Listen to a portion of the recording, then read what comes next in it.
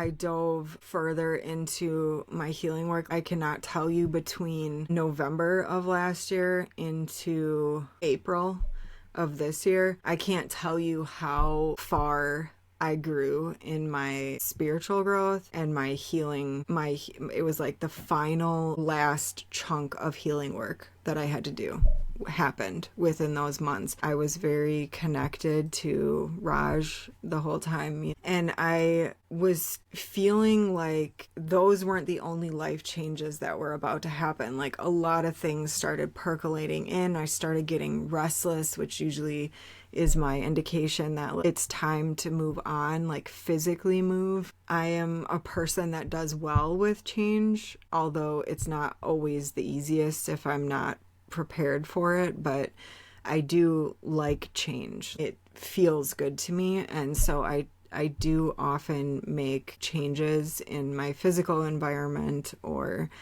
just in different ways in my life to keep the energy fresh and flowing and moving. Stagnation is my worst nightmare. Freedom is my ultimate, like freedom and joy and bliss are my ultimate, like that's the thing. That's the goal. So I started feeling restless. So over the next couple of months, I'm just like really in my healing work. It was like an incessant need. I could feel that I was at the end of healing, of dealing with all the childhood trauma that I had been dealing with for a very long time.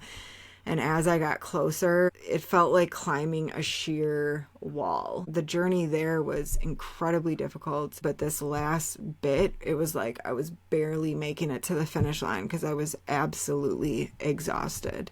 In a very good way. Like it wasn't a negative thing. It was just, I was getting to the point of burnout in a lot of ways, and I needed to finish it, like I could feel that I was so close, and having gone through it for that long, it's like, I cannot wait any longer. I cannot take a breather. I need to get this done. And at the end of February, so I was always like doing tarot readings for myself and continuously checking in with my guides and working with them and having deeper understandings of things. And I was so when I do my healing work, you could say I work in the Akashic Records. So I pull out multiple like big chunks of Akashic Records all at once. Like I was pulling out 100 Akashic Records at a time and releasing all of the things that go along with it, the cords, the contracts, the emotions. Like there's just a big chunk of energy that goes with Akashic Records. So it's like that alone is very exhausting. I started seeing things from multiple perspectives, so I knew I was making headway. Like I was understanding things in a lot of different ways. At the end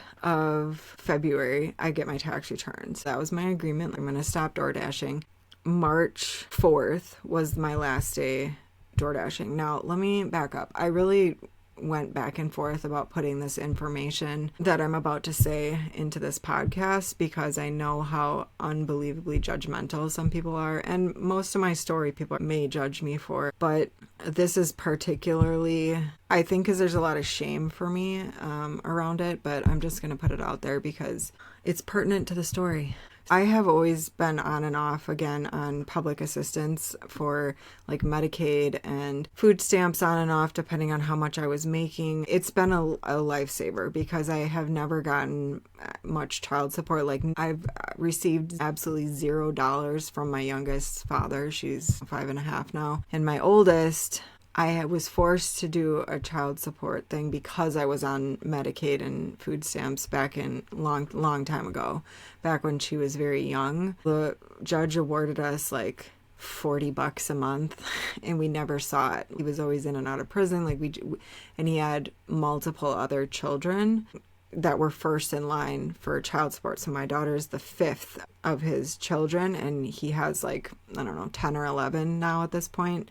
The point is that I never received child support. Like every once in a while, I would randomly get a couple months here or there. But I mean, it was like $18. It wasn't contributing. Let's just say that. So being on public assistance really helped me because it's just not something that I'm necessarily super proud of. It's something that I worked my way off of it multiple times in my life where it made me feel so proud of myself to do that. When I was a sous chef working 90 hours a week, I finally made enough to get off of it and burned myself out incredibly quickly working that many hours, and ended up having to quit my job because I couldn't do it. And then again, when I was at the community in Colorado, I ended up working my way off of it, and I was really proud of it. I was very proud of myself for that. All of the things that I'm putting out are very vulnerable, but this is one of the things that I feel shame around. But I shouldn't, and I understand that on a logical level. I understand that I have contributed an incredible amount to society because of the things that I have done, both to heal myself and helping others, and just untold amounts of things that I have contributed that I have not received any compensation for.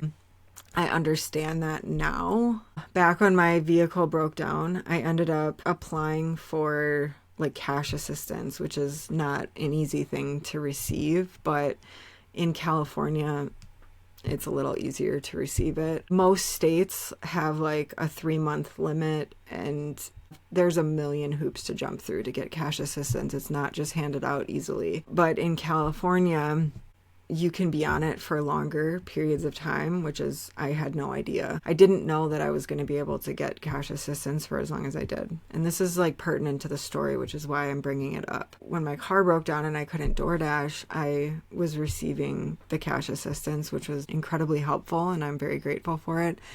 And then when I started DoorDashing, I thought, okay, there's no way I'm going to qualify for it. But when I gave them, my information about how many hours and how much I was making, I still qualified for like a very minimal amount. It was like maybe a couple hundred. So I was still receiving the cash assistance during this time period. Okay, but one of the rules of the cash assistance program is that you have to be working 20 hours a week, or you have to do 20 hours a week. They have things that you can do that add up to 20 hours a week, which is not something that I wanted to do because I had a goal in mind, right? Like I knew what I was doing. So I made sure that I was working 20 hours a week. That was up until my tax return came in. Now, when my tax return came in and I stopped working in very early March, I let my worker know like, hey, I'm not working anymore. And so I was still receiving that minimal amount. It was like maybe $200.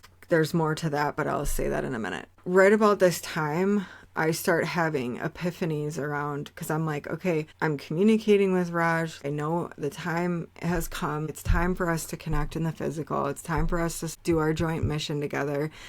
I need to attain enlightenment. These are the things that I need to do. The information started percolating in, you belong in India.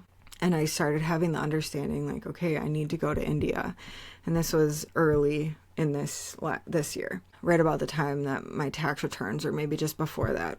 I started understanding that it could be an actual move to India instead of just an extended trip. I felt my divine counterpart is in India, and it felt like this was not just a temporary thing. But I also have known, because I get visions of what my future looks like all the time, and I have seen my business, like my mission business, what it looks like. I know that I travel the world doing different things for my work. I will be traveling quite a bit. So as this India thing is percolating, and I've always known I'm going to India since I was a little child, since I was 6 or 7. I didn't know when, I didn't know how I was going to get there. So that just fit. It's like, okay, yeah, that makes sense. Why didn't I just go for this before, but everything happens when it's supposed to happen. I have to understand that. And then also I start getting little messages. I could not see into where I was headed. And it's very disorienting. And this was another time where it's like, okay, I'm stepping into the unknown. But I started getting little things, little understandings, like, okay, I'm going to India, and I let my guides know I definitely want to go to India, but I need to go see my older daughter before I go. That's a need. And so, that was an intention I set.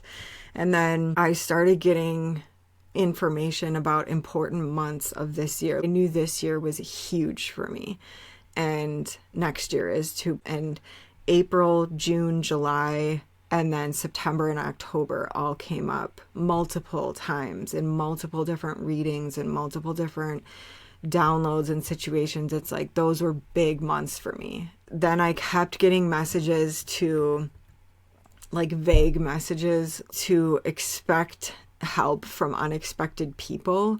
And it's very difficult for me to accept help from people. I've always felt like I had to do it alone, but around this time period, I started like loosening up a little bit and realizing that is not helpful for me. It's not going to get me where I need to go. I need to be more receptive, more in my feminine, less in my masculine doer part, and more in my feminine receptive, energetically pull the things to me instead of going out and getting them for myself kind of thing. And so that's when this major full on, I'm doing this manifestation, I'm literally going to take the steps. This is when this all finalized. I'm like, all right, universe, I hear you. It's time. I need to be on my Dharma path, on the path that I'm here to do, enlightenment, find my person, and make a bunch of money in order to do all the things. So I kept getting messages to expect help from unexpected people. So I'm like, okay, who are these people? What is this about? And then also I kept getting this message that I will receive an opportunity or a proposal or a specific job opportunity from somebody. And I'm like, who is this person? I kept thinking, is it Raj? Who is this person? That's kind of like in the background of my mind during this time to try to figure out those pieces of the puzzle. My tax return comes.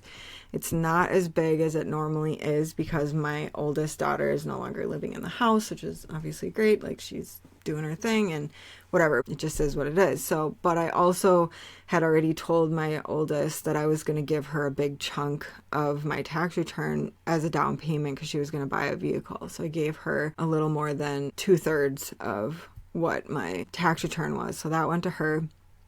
So I still have this chunk. Also around this time, I was having a lot of epiphanies around, because I'm trying to bring in like a big chunk of money, right? And start the process of like bringing in the amount of money that I actually need. There was a lot of changes in mindset, a lot of understanding of what I was believing that was blocking. I'm like pulling things out of my energy field left and right around like beliefs and things that are blocking me, and just really working on changing my mindset around money and being in an abundant mindset, being grateful for what I have every day, no matter how much I have.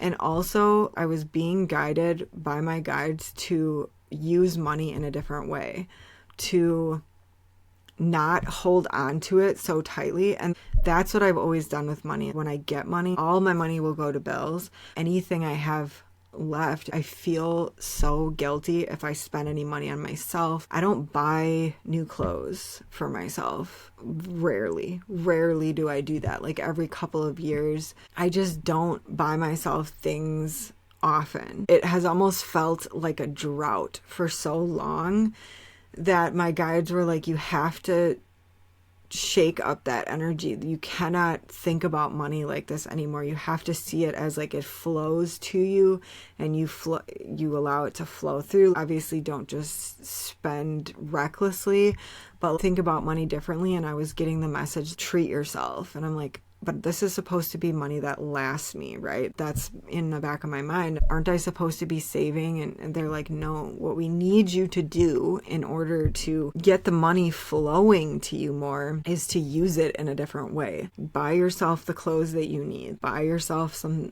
things that you need. But the way that you think about it while you're spending the money, it's like being grateful that you have the money to spend, but also not buying the cheapest thing, not frivolously spending money again, but also not doing it in a way that's constricting. You have to energetically in the flow of how wealthy people use money, which is really difficult to do when you're not wealthy financially. It is very unnerving. But I did it.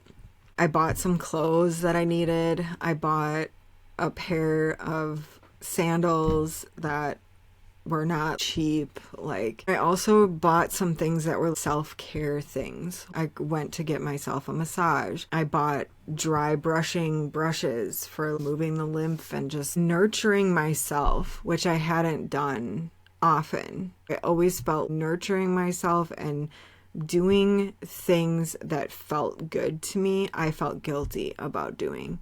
I felt guilty about spending money on myself or treating myself to things. I had to stop that type of mindset. I was being guided to do things like that. And so I did. I went to my sister to see my nieces and my sister, and we spent some time there. That was in probably March of this year. We were there for a couple of weeks. And when we got back home, I just suddenly was like, I'm not supposed to be here anymore at the ranch. It was like that. But I didn't know what to do, and I didn't know if that was just a fleeting thing and I was supposed to stay longer. I just wasn't sure. Meanwhile, I'm trying to get everything in order, assuming I'm going to India, right? How are you going to plan to go to India and plan for being there for a long time or possibly not coming back? I had already been living very minimally up until this point. We did not have much things intentionally, but then I sold and gave away half of the things that we had. I went down to the absolute bare necessities, just about.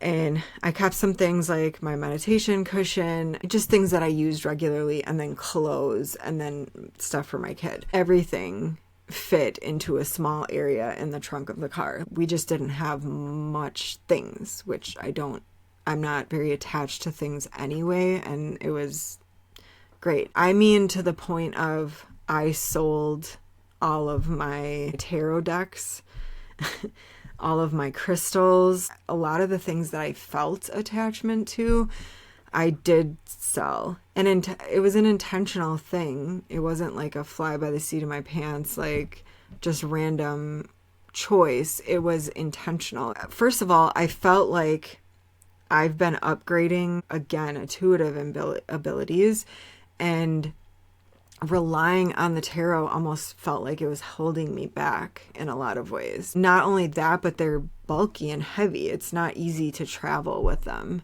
Initially, I kept a couple of my favorite decks, but I sold the rest of them.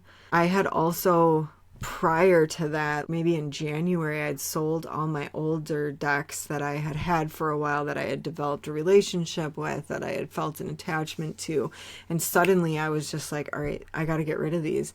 I only kept maybe one or two, and then I did end up buying some newer decks, but I ended up selling them almost right away. And it's not because I didn't like the decks. It was because I felt like I had outgrown using tarot as a tool. And just things that I didn't actually need, but that I liked, because I didn't have a lot of extra things already. But I sold it all, and it felt good. Like it felt like a purge. Like I was just purging left and right. So meanwhile, I also realized I had my passport already, but I needed my daughter's passport. Now, this is a whole story in and of itself, and I'm going to share it. So my youngest daughter's father has not been around since she was weeks old.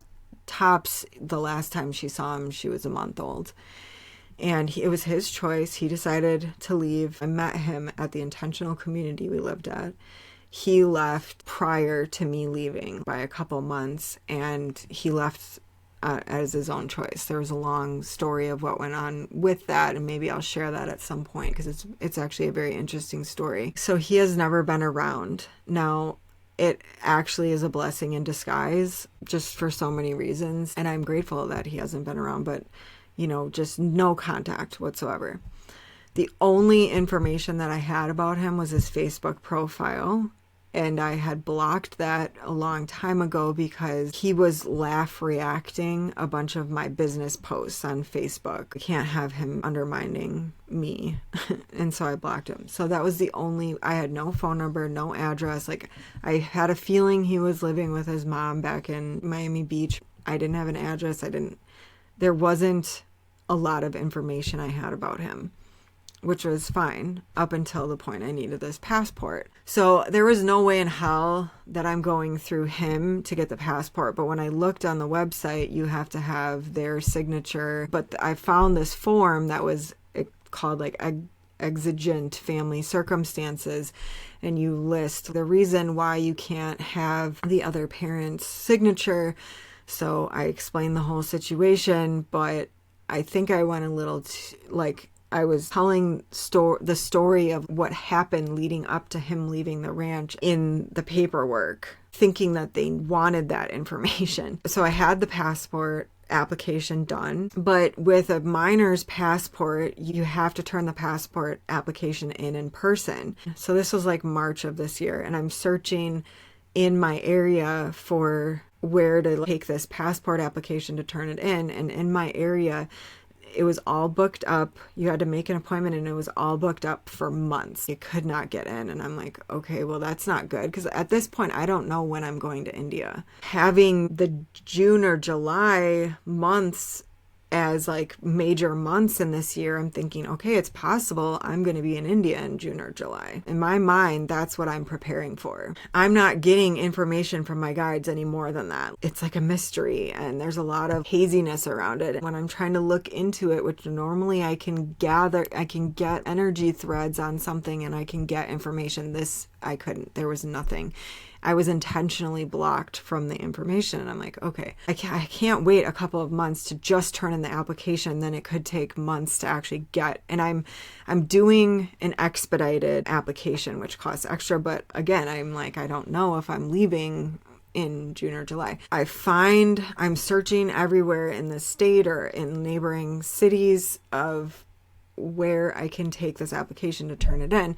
And I happened to come across this particular way where they have an open day where you can just show up and turn in your application. The closest one was in San Francisco. Now, I had been wanting to see the redwoods again before I leave for India, like in the coast, the ocean, because I didn't get much ocean time. When I went to California, you think about the ocean at least I do when I think about California, the ocean and palm trees, and I ended up in the mountains in pine trees, which is the opposite. It's just funny. It's beautiful. It's gorgeous. I mean, all of California is just absolutely stunning, so it doesn't matter. It's just funny that that's like the preconception I had. So anyway, I had already been thinking, I want to see the ocean. I want to see the redwoods again because I just love the redwoods. They're just, I literally cry every time I see the redwoods, and I am not a big crier.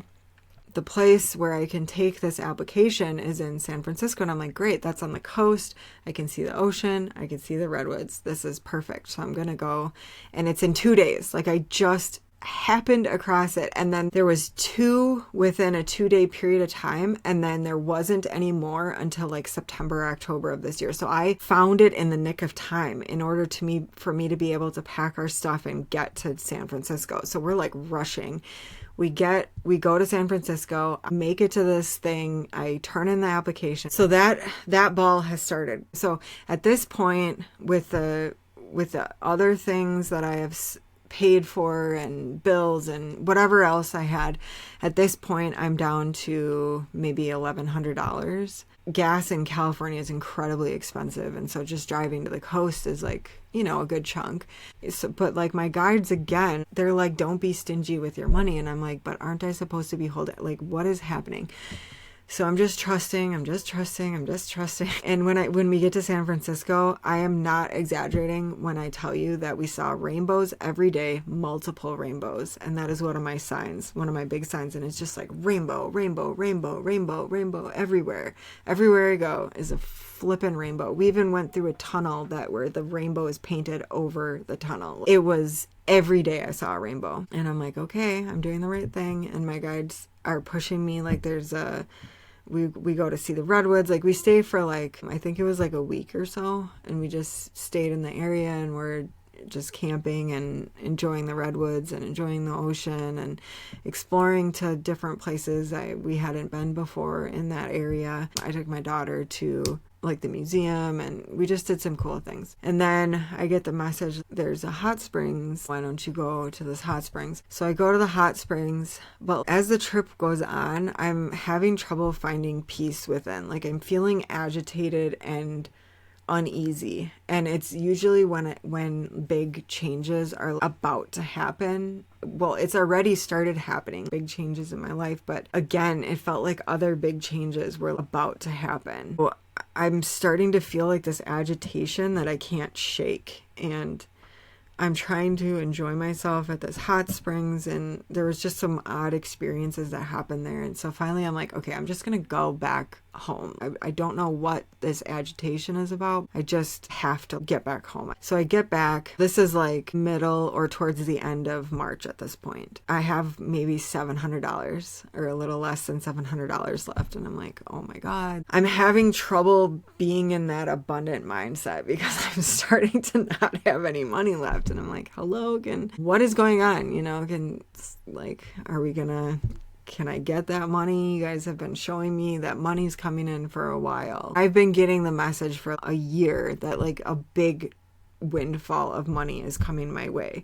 But at this point, I'm not seeing any external evidence of that. And I'm thinking, okay, like we're getting down to the nitty gritty here, guys. Like help me out, But I'm still trying to be in that trust. It's getting more and more difficult. So this is middle to end of March. My birthday's coming up, my 40th birthday. When I get home, it doesn't feel like home to me anymore, which is unusual because I was very comfortable here and there's no reason for me not to feel like home. But I could not shake that feeling. It's like, this is not home anymore. I start to get the message, you need to go. It's time to go. Where am I going? I don't have the money for India. What are you where am I going?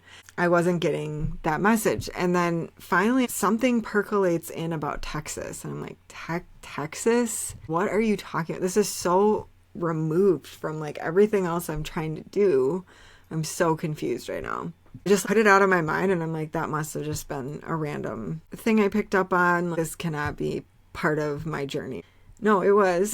So then this incessant need to like leave starts getting bigger and stronger. Okay, like I get it. Like I get it. Okay. So I'm like trying to get my everything together. I talked to my friend / landlord and I'm like, I'm so sorry about this late notice. Like I didn't really realize this was going to happen right now. I'm leaving. We work out a partial month payment and rent. I didn't want her to feel I just suddenly left. Although I'm sure it still felt that way. I didn't want there to be any bad feelings or bad blood. I was trying to like do it in the best way possible. And she was very understanding and we worked it out and it was, it was good. I left by the time that was done and I had to buy a couple of things for the trip. And I think I had to do an oil change and, just random things. So by that point, I'm down to a couple hundred. I think maybe $500. I think it was closer to 400. I am literally leaving my home with that. Right before I left somewhere, I came across the information that there was a full solar eclipse that was about to happen. Oh my God, I would absolutely love to see this eclipse. I don't know what it was. I just really wanted to see it. I look up the path of totality and the place that I would want to go is San Antonio, Texas. And I'm like, no shit. And it's happening, I think it was the 4th or the 7th of this month. Okay, I'm leaving and I'm going to Texas. I am going to Texas. Like, that's where I'm going. And then I start to understand, like, okay, this is a big road trip. I'm going to Texas and I'm going to end up at my oldest daughter's in the Upper Peninsula in Michigan, which is opposite ends of the country from there.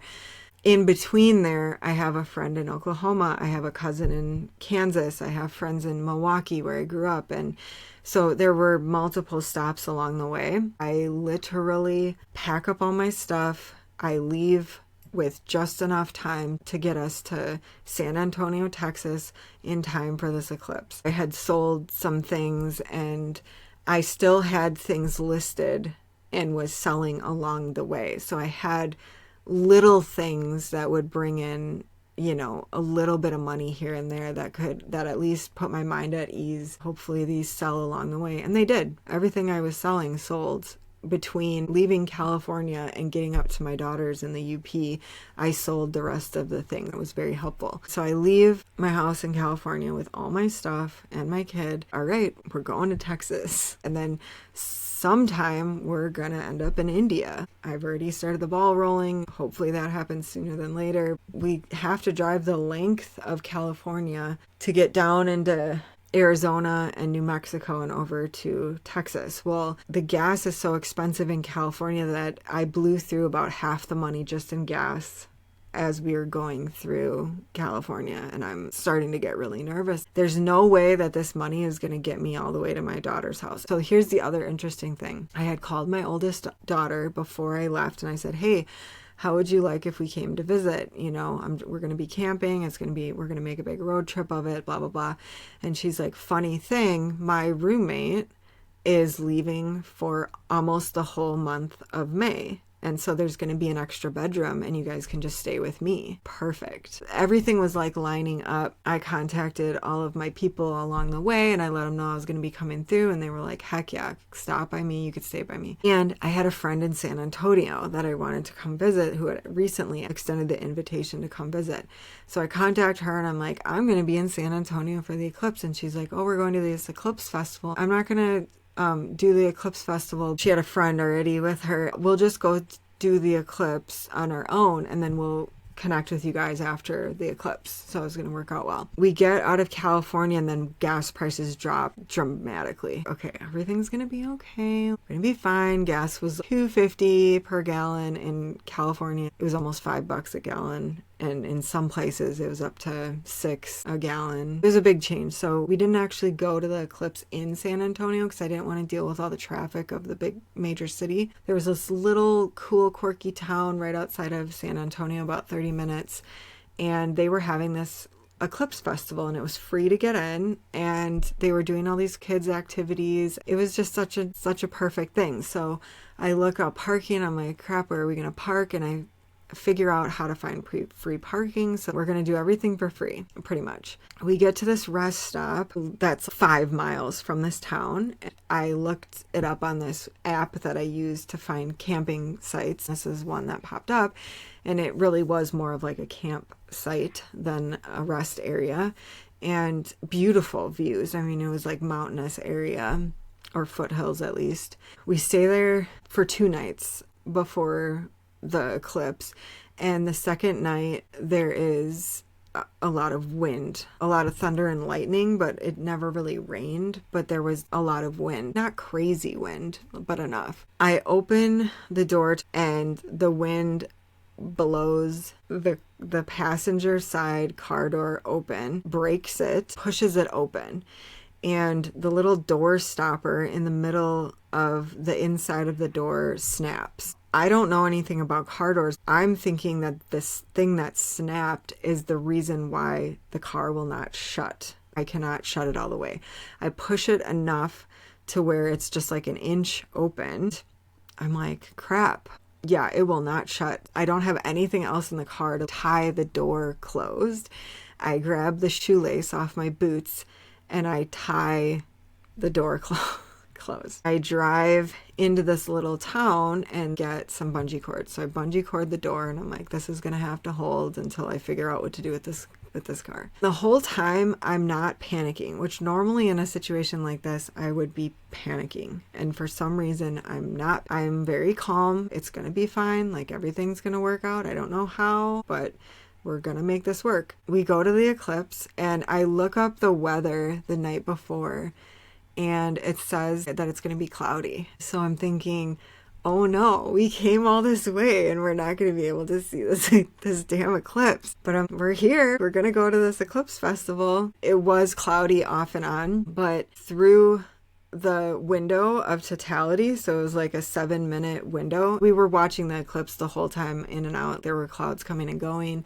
The clouds seemed to be getting more heavy right when the totality was coming, and everybody was like, oh my god, are we going to be able to see the totality of the eclipse? Miracles happen as they do, and it was clear enough to see almost all of the totality. I mean, there was still clouds, but they were moving in such a way, and they were in such a way that you could still see most of the totality. And the moment of actual totality, we saw the whole thing. I mean, it was really miraculous. And it was so cool. Like, I got to experience it with my youngest daughter, and she was so excited. We had our little glasses on, and it was in a park.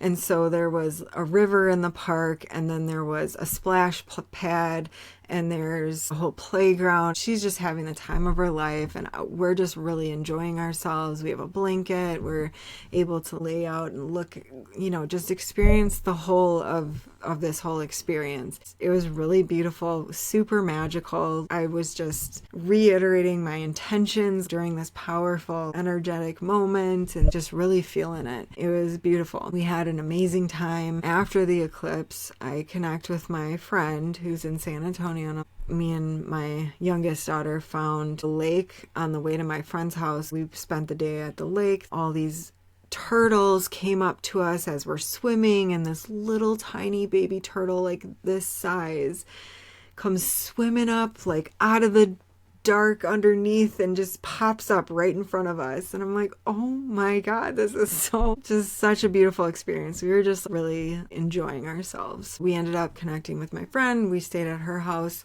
actually longer than I anticipated and expected, like a few days, and it was so good to see her and connect, and her friend was super cool. I gave her some gifts I had for her. It was just really cool to have some time with her. And so she had to work for some of the days, so me and Rain went to explore some of the areas in San Antonio. We saw this beautiful Asian garden. We went to this river walk area, and we kept seeing turtles everywhere.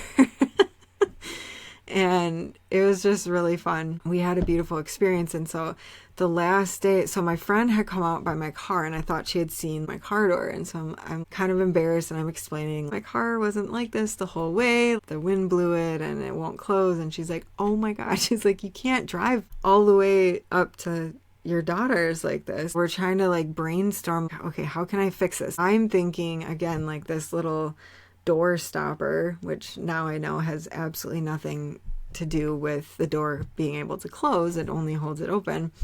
But since that is the piece that snapped off, I'm thinking, okay, maybe it's off center because of that. There was a piece of that piece that was sticking out on the inside of the door, and I'm thinking maybe that's stopping it from being able to shut all the way. So my friend's like, well, there's a Home Depot down the road tomorrow. Why don't you maybe go down there and try to get the tools to take this piece off and see if that works. The day that I'm supposed to leave San Antonio, I go to Home Depot and I get a socket wrench kit. My friend, because I told her, I was like, to be honest, I'm trying to do this on the cheap. And she's like, just return it when you're done with it. You can do that at Home Depot. And I'm like, okay. So I go there. I get the socket wrench. I go out to the car and I'm working on it and doing it. And I finally get it off. And I'm like, yeah. That's right. I don't need no man. And then the freaking car door will still not shut.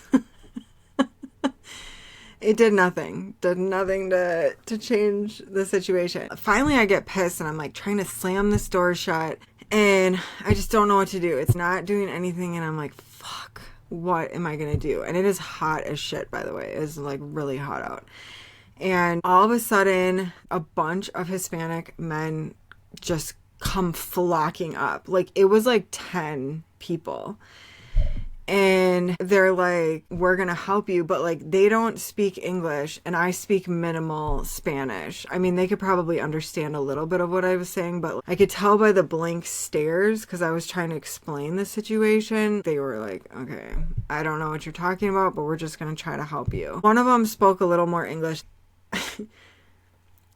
Through broken Spanish and English, we're trying to get on the same page. I mean, thank God for them. They're just trying to help me out. I felt so bad. I did not have any money to give them. At the same time, I kept remembering the message that I got from my guides months prior to be on the lookout to receive help from unusual places in unusual circumstances. And I was like, well, this definitely fits that bill. It must have been 2 hours that it was hot. They kept switching out. So like 2 or 3 of them would work on the door for a while, and then they would get frustrated and too hot. And then another 3 would come in and take their place, and they were getting tools. And oh my God, they were trying to figure out, because the door stop was not lined up with the latch. Like we couldn't get it to latch. It would hit the door stop, the latch would, but it wouldn't latch on it. And so I'm like, what is going on with this door? And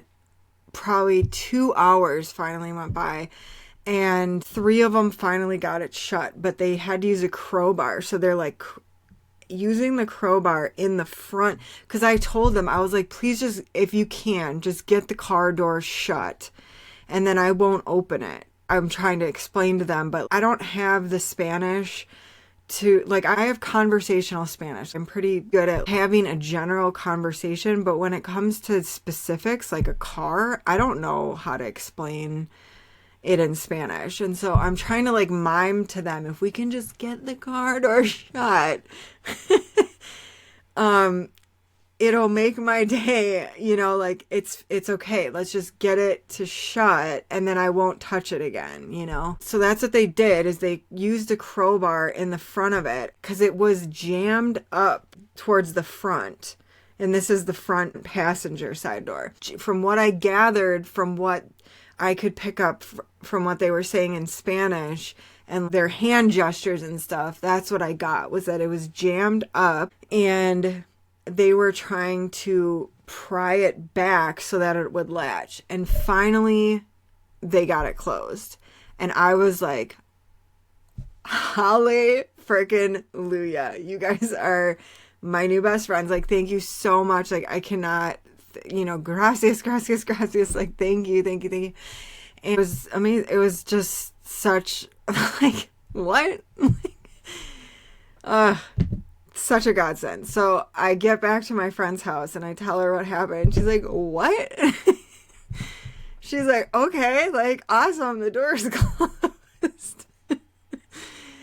And I returned the socket wrenches and got my money back. So like, we were like, everything worked out in my favor. I'm just laughing because if somebody had been watching this whole interaction, it must have been freaking hilarious, because as I'm like trying to mime and talk in broken Spanish, they're trying to do that in English, like, and it caused a scene because there was so many of them trying to help. And I really think that they must have been like day laborers or something, because they seemed to be in the parking lot for some reason, and there was a lot more also, and they kept coming up, and it was just very funny. It must have been hilarious. I am so grateful. I just remember I wished that I could have like given them money, you know, but my guides were like, accept the freaking help, you know, like, this is not about giving something back. This is about you receiving without giving. And I'm like, oh, okay, but it made me uncomfortable. I was praying to the divine afterwards, and I'm like, please just bless those gentlemen's lives. Like, please help bring them some financial abundance in some other way for this good karma that they just put into the world. Because it was explaining to the one that could speak a little bit English, I'm like, genuinely sorry, but I do not have money to give you guys. And he's like, no. He's like, I would hope that if I was stuck on the side of the road, that somebody would stop and help me. We're just trying to help you so that you and your baby are safe. And I'm just like, you have no idea how grateful I am for this help, you know, and I'm just thanking spirit, thanking my guides. I'm just like, all right, you guys had my back. Whew, I get it. I'm just supposed to trust, and I'm just supposed to follow everything you're saying. I am going to leave the episode here. The story will continue next week. Thank you so much for joining me. I hope you have a wonderful week, and I will see you next time.